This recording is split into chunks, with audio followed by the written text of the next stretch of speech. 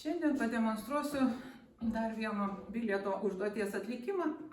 Tai yra jau bilietas susijęs su šventinio stalo serviravimu ir kalbant apie tai, kokio amžiaus grupiai skirtas šventinis stalas turėtų būti, tai yra 4-5 metų vaikai, o kokia tai turėtų būti šventė, tai biliete nenurodyta.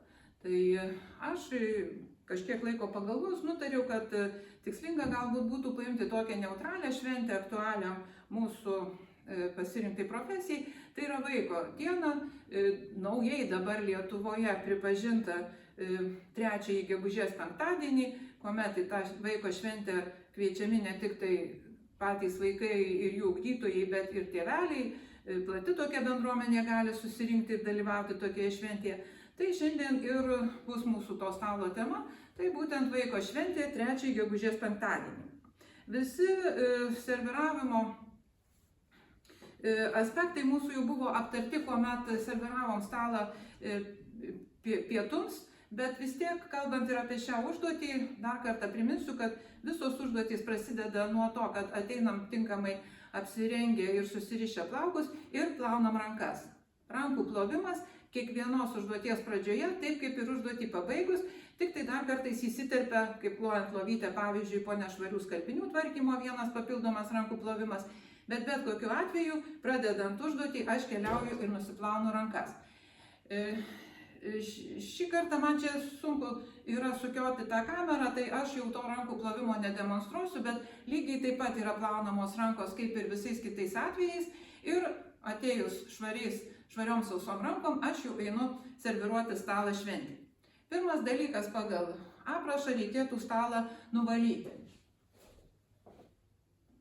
Tik tai nuvalyti, bet nedezinfekuoti. Tam tikslui aš turiu turėti markiruotą šluostę, tik tai stalų valymui, ir tą šluostę aš nuvalau stalo paviršių ir tai yra tas toks tik tai valymas be dezinfekanto, kuomet nuvalom nešvarumus, bet dezinfekuoti nereikia.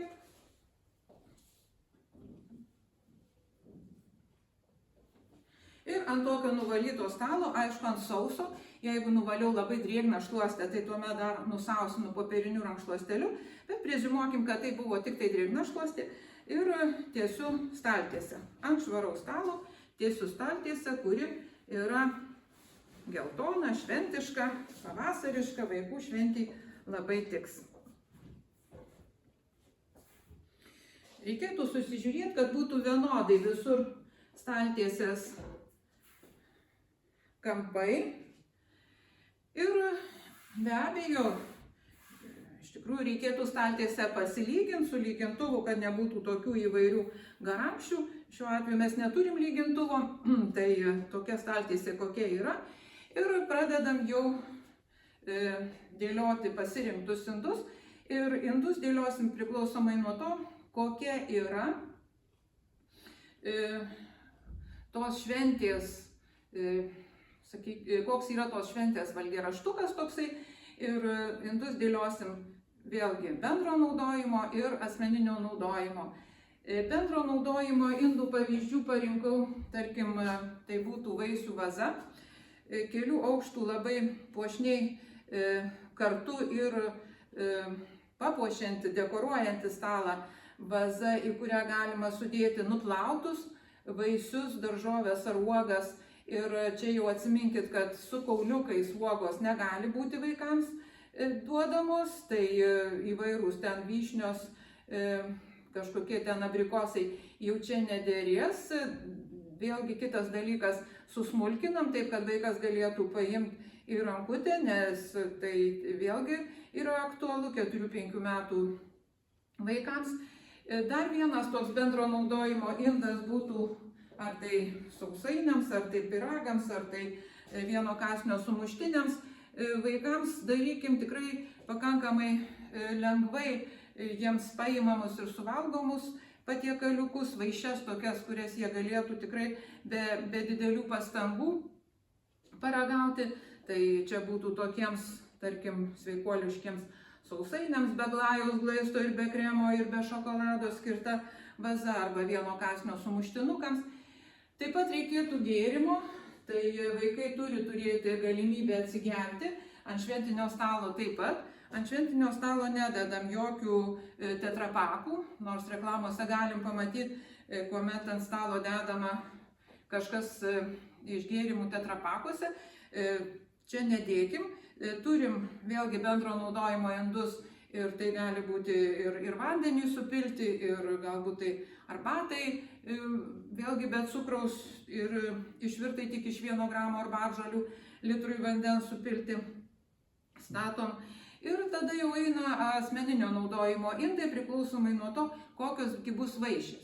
Tai jei vaišės bus su karštu patiekalu, tai reikės mums karšto patiekalo lėkštės kiekvienam vaikui ir reikės stalo įrankių, kurie negali būti vienkartiniai. Jei stalo indai gali būti vienkartiniai, popieriniai, bet ne plastikiniai, tai įrankiai negali būti jokie. Vienkartiniai jokie įrankiai būti negali.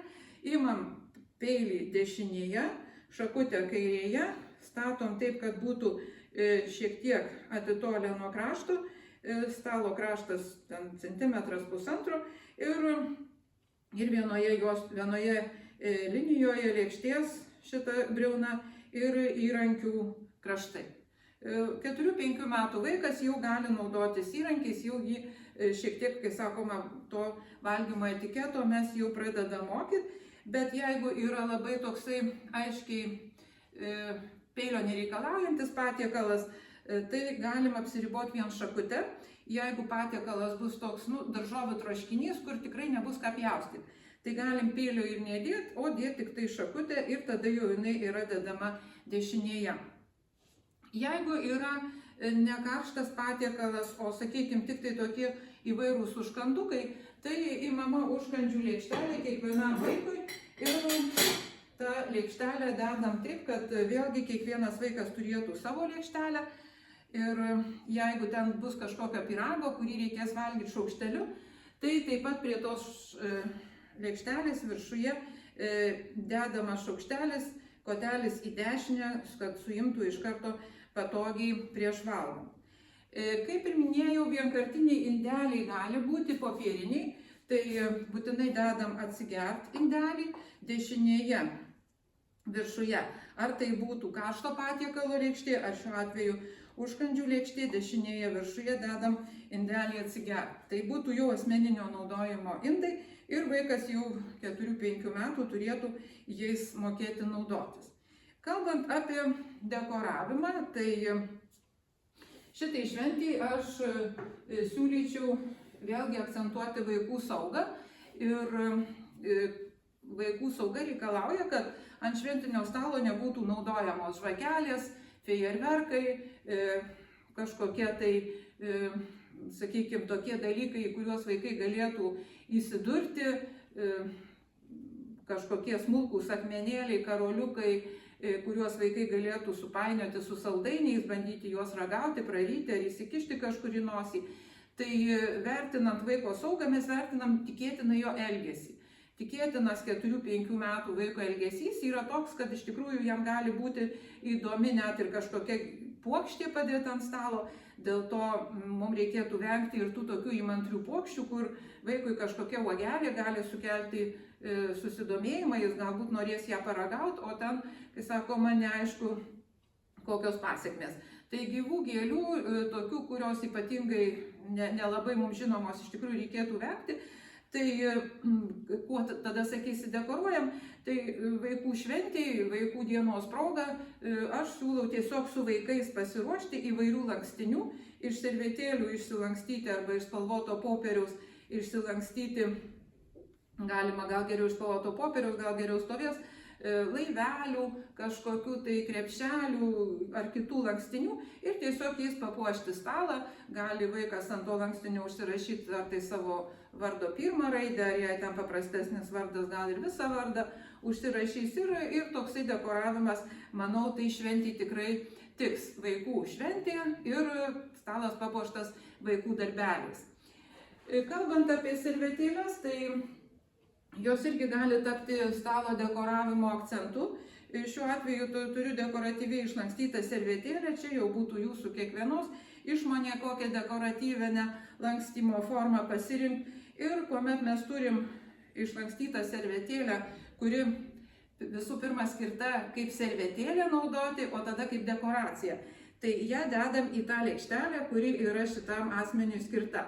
Tai šita servetėlė, jinai papuošia lėkštelę, papuošia stalą, o prasidėjus vaišėms jau bus iš lėkštelės išimta ir tiesiog pagal poreikį galės vaikas naudoti. Vis tik nereikėtų pamiršti, kad tai yra vaikai ir šalia tų dekoratyviai išlankstytų servetėlių vis tiek ne pro šalį padėti servetėlių dėklę ir ant stalo. Aš to. Ir kalbant apie šitą dekoravimą, tai iš tikrųjų visą laiką akcentuokim vaiko saugą ir tą ryšį su švente. Šiuo atveju jūs galite rinktis kitą šventę. Aš pasirinkau vaiko šventę Lietuvoje, naują tą datą nustatytą, dėl to, kad manau, tai yra tikrai tokia nauja šventė, kurios tradicijos dar mes neturim, todėl dar tik formuojam tą tradiciją ir pasirinkus tokią tematiką, manau, tą tikslą šventės tradicijos formavimą mes pasiektume. Apie patiekalus kalbant, tai vėlgi, kas gali būti ant šventinio stalo, rekomenduojami ir draudžiami produktai, čia nesikeičia, tai yra vaikų maitinimo organizavimo tvarka, 18 punktas rekomenduojami, kas yra rekomenduojama, tai vaisiai, uogos, daržovės, vėlgi atsiminkit, be kauliukų, geriau sezoninės, geriau ekologiškos, kas yra rekomenduojama, tai gaminiai iš viso grūdo miltų, kas yra draudžiama, tai riebaluose virti, žagarėliai, spurgos, Kijevo kotletai, tai yra rūkyta žuvis, rūkyta mėsa, tai yra vėlgi įvairūs konditerijos gaminiai su dideliu cukraus kiekiu, glaistyti, aplieti glajumi, šokoladu, tai jokių tortų, jokių, kai sakoma, eklerų įdarytų, plakta grietinėlė arba balažino kuo. Taip pat yra draudžiami gazuoti gėrimai, draudžiama yra kisielius, ten tokie dalykai, kurie iš tikrųjų ir kalbant apie pietų kasdieninį meniu yra nurodomi. Tai šitus dalykus vis tik prisiminkit, įsidėmėkit, nes kaip matot, jie kartojasi. Eilėje bilietų jie kartojasi, tai yra rekomenduojami ir draudžiami produktai ir patiekalai iki mokyklinukams. Ir kalbant apie tai, o kaipgi ta šventė vyks, tai čia jau tame biliete kalbėti nereikia, čia tiesiog mes paruošiam stalą, dekoruojam jį tam tikrais elementais, parenkam indus, palaikom higieną ir manau šiuo atveju kaip ir tą atskleidžiau. Tai tiek.